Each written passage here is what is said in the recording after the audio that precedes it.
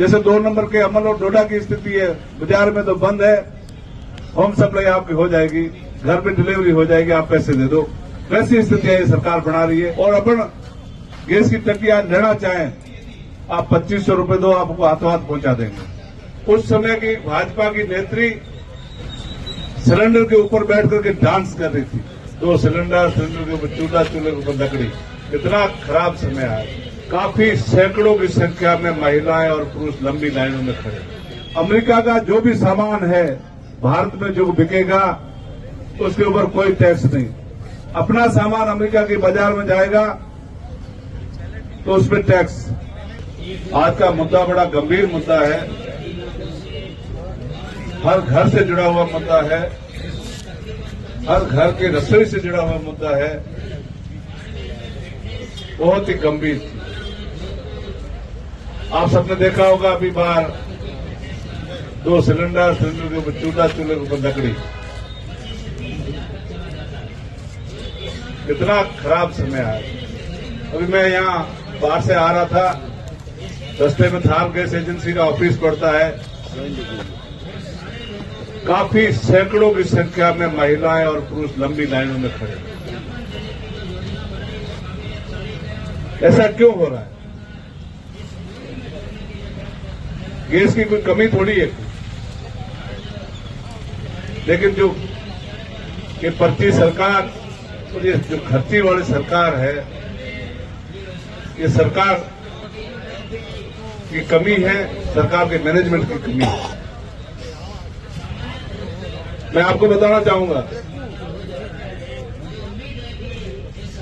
कल हमारे मिलने वाले का कोई पेट्रोल पंप है जो डिपो से डीजल लाते हैं। वो डिपो के मैनेजर और डिपो वाले, जो सरकार का डिपो है, वो डिपो वाले कहते हैं कि बायो डीजल भर के जाओ भाई। वो कहता मैं भाई मेरे पंप पे नहीं बेचना चाहता हूं तो नहीं खरीदना पड़ेगा। क्यों खरीदना पड़ेगा? भारत सरकार के एक मंत्री का वो डिपो में भागीदारी है, शायद अब बायो डीजल वो बनाते हैं, इसलिए जबरदस्ती बायो डीजल पंपों में भेजा जा रहा है, पंपों में बायो डीजल डाल करके बेचा जा रहा है। सरकार के संरक्षण में कितनी घटिया सोच है, कितना निम्नतम स्तर पर ये गिर चुके हैं। ऐसी जो सरकार है उसको सरकार में रहने का कोई अधिकार नहीं।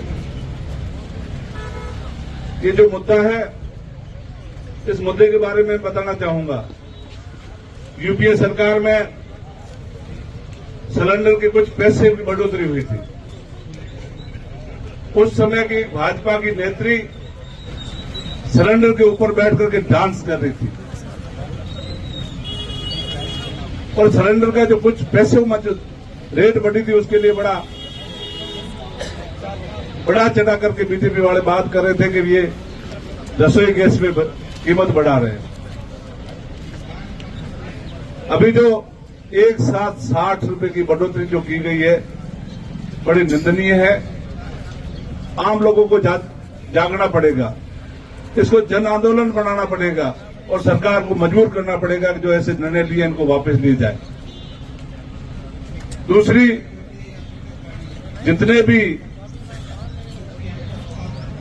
सामाजिक संगठनों के हॉस्टल्स है, सामाजिक कार्य होते हैं, शादी ब्याह होते हैं और भी जो काम होते हैं, उसमें कॉमर्शियल जो गैस का टंकी आता है उसको बंद कर दिया गया।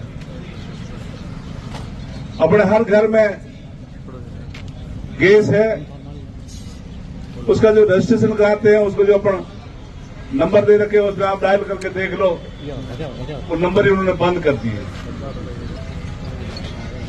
और अपन गैस की टंकियां लेना चाहें, आप 2500 रुपए दो, आपको हाथों हाथ पहुंचा देंगे। जैसी स्थिति, जैसे 2 नंबर के अमल और डोडा की स्थिति है, बाजार में तो बंद है, होम सप्लाई आपकी हो जाएगी, घर पे डिलीवरी हो जाएगी, आप पैसे दे दो। वैसी स्थितियां ये सरकार बना रही है। ये बड़ी घटिया सोच है और इससे सरकार को उखाड़ फेंकने के लिए आप सबको कमर कसनी पड़ेगी। दूसरा जो मुद्दा है, अमेरिकी ट्रेड के मामले में और वक्ता भी बताया होगा आपको और बताएंगे। अमेरिका का जो भी सामान है भारत में जो बिकेगा उसके ऊपर कोई टैक्स नहीं।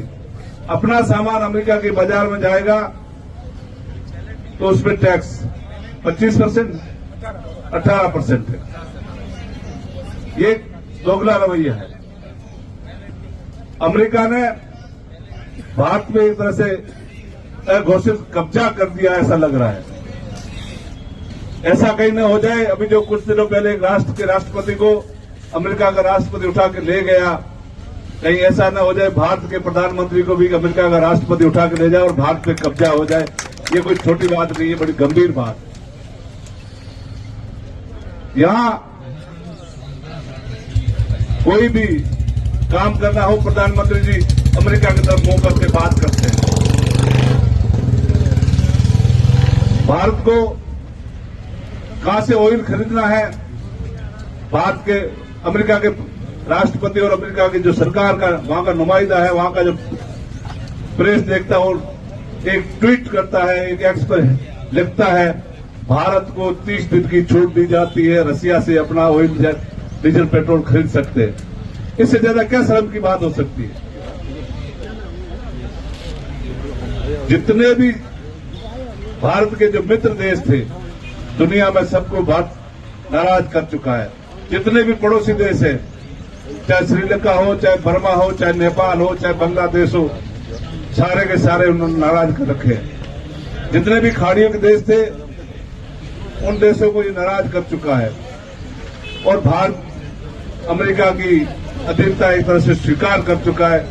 ये बड़ी अतिशयोक्ति होगी। भारत के नागरिकों को जागना होगा और इसका मुकाबला करके इस निकम्मी सरकार को भगाना होगा। लोकल बात करें, अभी एसआईआर का मुद्दा चला, परिसीमन का मामला चला, इन्होंने जानबूझ करके कहां से कहां किसको कैसे पटका और इन्होंने सोचा हम चुनाव कराएंगे और अपने यहां प्रधान, प्रमुख, नगर पालिका और नगर परिषद, नगर निगम में अपने चेयरमैन बनाएंगे। जब उसका नतीजा सामने आते देखा तो चुनाव कराने से ही मुकर गए। जनता इतनी तैयार हो गई कि चुनाव करा दें तो इनको नानी याद दिला दें, इसलिए इनको ये भागना पड़ा। एसआईआर में ये डबल नाम काटने की बात करते हैं। आज ही आपने सोशल मीडिया और मीडिया में देखा होगा, बीजेपी की जिला अध्यक्ष की पत्नी का 2 जगह नाम। कितना गंभीर मुद्दा है। अपनी साहूकारी छांटने वाले आदमी की पत्नी का नाम एक भंवार में है तो दूसरा धोरीमना में है, दो विधानसभा और 2 जिले में है। कहां एसआईआर लागू हुई?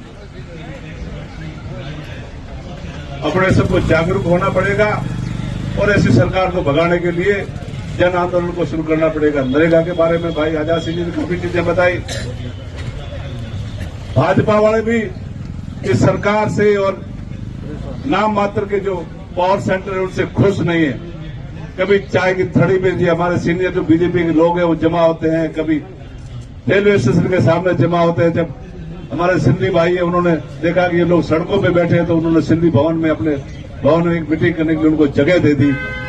जिन्होंने बीजेपी को यहां खड़ा किया, अपना खून पसीना बहाया और कांग्रेस के सामने और देश के सामने बीजेपी ने अपना अस्तित्व पैदा करने की जिन लोगों ने कोशिश की